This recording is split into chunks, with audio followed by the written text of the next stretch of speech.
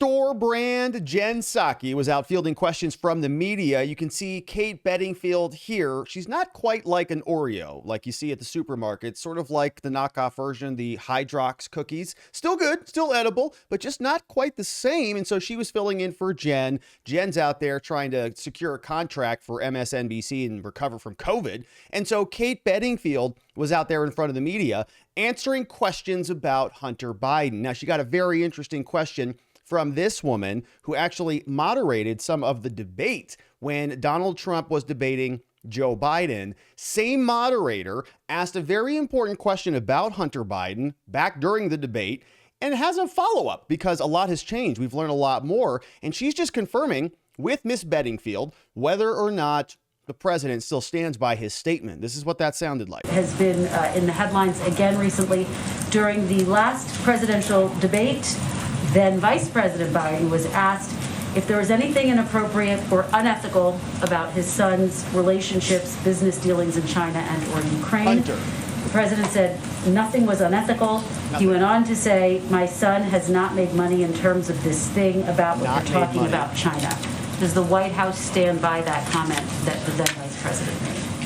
Yeah, Kate, do you stand by that? Yes or no? Because Joe Biden said a bunch of crazy things back during the debate. Now we know that they're not really all that true. Still wearing a mask. It still matches, but it's a little bit hard to hear. But this woman is Kristen Welker. You may remember her from the host of one of these debates. You can see it was the second presidential debate that took place back October 22nd, 2020, right as the media was covering up largely a lot of this stuff. We know that the New York Post right around this time had confirmation. We knew that some of our so-called intelligence officials signed a letter, 51 of them, in fact, former CIA directors and all sorts of intelligence people said, oh no, it's Russian disinformation. Well, as we know now, a lot of that is baloney. Washington Post, New York Times have confirmed what the New York Post already found, all valid and relevant. And so Kristen Welker asked about this specifically at one of these debates. You can see CBS Evening News gave us this clip back from October 22nd, 2020, in the weeks leading up to the election, when all of this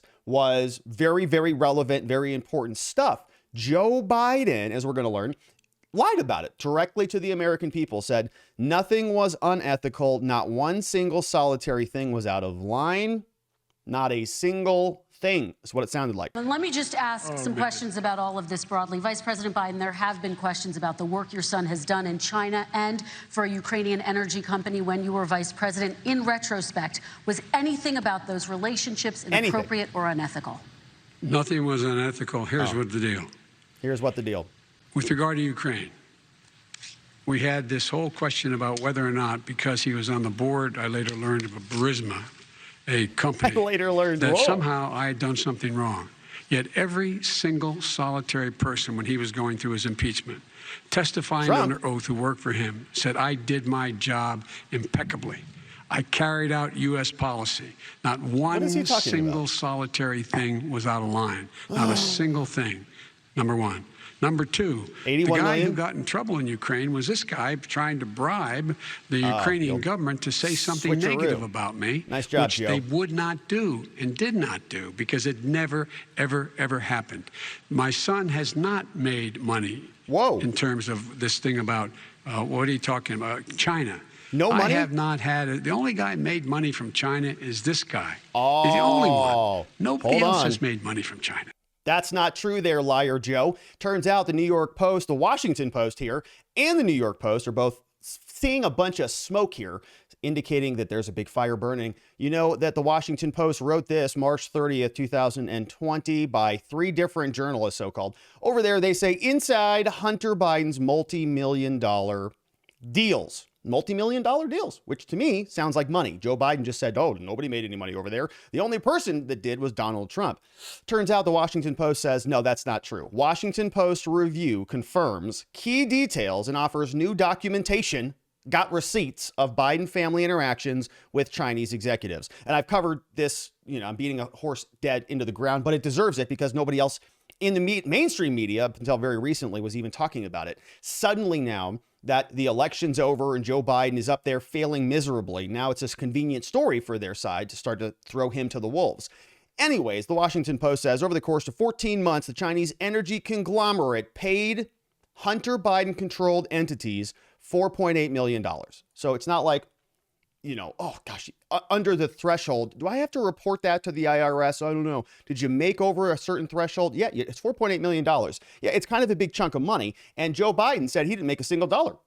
About whatever China, where is that? I don't even know what a China is. What are you talking about? Well, Hunter Biden was making millions of dollars, all confirmed by receipts that came off of his laptop when he left in a stupor of whatever sort. New York Times confirms it as well, says that Hunter Biden paid his tax bill. They did a little emotive conjugation here saying, whoa. We're taking a look at the federal investigation, but this story is not really about that. Hunter Biden's a good guy. He paid his taxes. And then further down in the article, they say, oh, by the way, also appears that a cache of files have been authenticated from Hunter Biden's laptop. Our investigation just conveniently found this. Couldn't figure that out back in 2020 when it was very, very relevant, saying that even some of the emails that came out here are showing that Hunter was displaying familiarity, he's a lawyer, of course, with FARA, the Foreign Agents Registration Act, and was doing his best to avoid triggering it. Well, that sounds like a problem. The New York Times couldn't get their act together back during the election to figure this out, put two and two together, very hard for them. Same with the Washington Post. But a lot of this was being discussed in the Senate and in Congress during lines of questioning like this.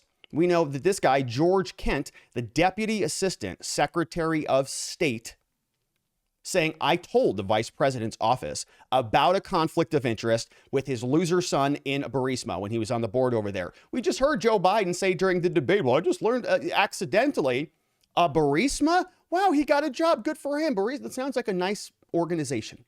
Hopefully they take care of my son over there. And so it's all ridiculous. This was all being talked about in Congress. C-SPAN caught it. Okay, but given Hunter Biden's role in Burisma's board of directors, at some point you testified in your deposition that you expressed some concern to the vice president's office. Is that correct? That is correct. And what did they do about that concern that you expressed? I have no idea. I reported my concern to the office of the vice president. Yeah. Okay, and that was the end of it? Nobody? Sir, you would have to ask people who worked in the office of the vice president during 2015. But after you expressed the concern of a perceived conflict of interest at the least, the vice president's engagement in Ukraine didn't decrease, did it? Correct, because the vice president was promoting U.S. policy objectives in Ukraine. And Hunter Biden's role on the board of Burisma didn't cease, did it? To the best of my knowledge, it didn't, and my concern was that there was the possibility of a perception of a conflict of interest. Yeah, a perception, not a real one. Weird that the U.S. is talking about foreign policy. You don't think oil and gas, natural gas, and all of these things that are critical infrastructure to the globe are not being discussed there? Is oil not a part of U.S. policy? Is that new? Did that change during the Biden administration when he was VP under Obama? I'm not so sure that it did. So it seems like if the vice president is out there executing U.S. policy, energy is kind of a big issue. It's been part of probably the biggest issue, if not one of the top five, my whole life. Energy, oil, all the time, where the whole world is melting down over global warming, supposedly, and everything's changing, right? It's always been a top of the conversation. So if the vice president is only just there graciously fighting very ethically on behalf of the United States policy, and there's no possibility of any conflict of interest with Burisma, which happens to be the biggest natural oil and gas company there, that Hunter Biden, with no qualifications, happens to be on the board of that organization and there's no conflict there? Is this a joke? Perceived conflict? Okay, so we've got the backstory now. We know where all this came about. We know that Miss Welker, when she asked the question, there was a lot there that the media and Joe Biden were covering up so that they could get elected. They did. It worked for them. And here is the follow-up to the question. We go back to Welker asking this question of Hydrox Cookie, store brand Psaki, Kate Beddingfield. The president said nothing was unethical. He went on to say, my son has not made money in terms of this thing about what you're talking about China. Does the White House stand by that comment that the then vice president made? We absolutely stand by the president's comment. And I would point you to the reporting on this, which referenced statements that we made at the time that we gave to the Washington Post, who worked on this story. But as you know, I don't speak for Hunter Biden, so there's not more I can say on that. All right, so she kind of looks like Psaki. She kind of sounds like Psaki. Kind of says the same things as Psaki.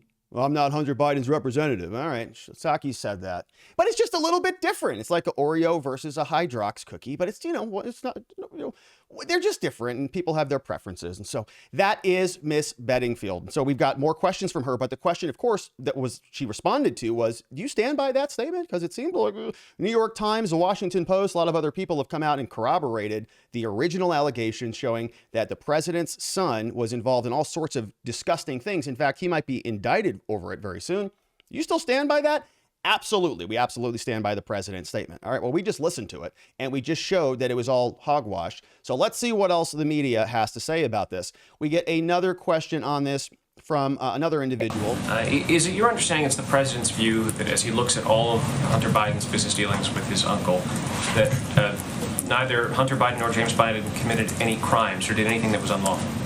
So I don't have anything further to add from this podium. We addressed this with the Washington Post. We pointed to statements that were made in the fall of 2020 when we addressed these questions, and I don't have anything additional to add from this podium. I asked you if you're aware, if there have been any discussions here inside this White House about whether the president might use his pardon or commutation power with respect to either his son or his brother. That's not a hypothetical I'm going to entertain. I don't have anything to add from this podium. She's mad. She's a lot more angry than Jen. Jen's got a little bit better poker face here. I think this is the next clip where she actually gets a little, you can see her take a kind of deep breath and, another Hunter Biden question. Let's watch this one.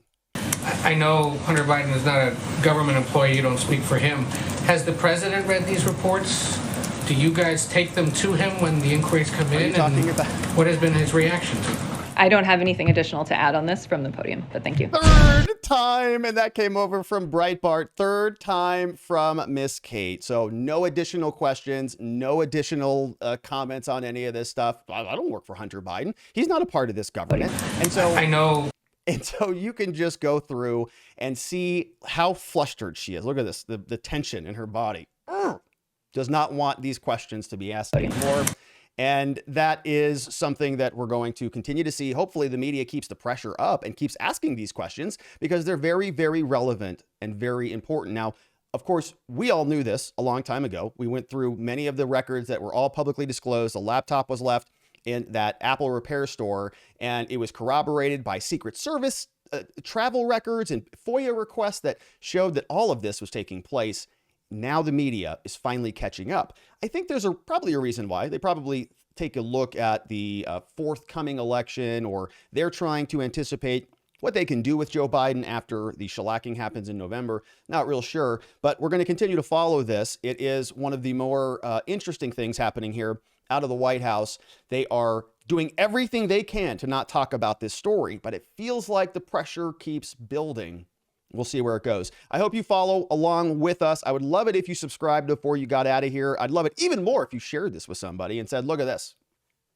Can you believe this? That would be very, very helpful. And I look forward to seeing you on the next one.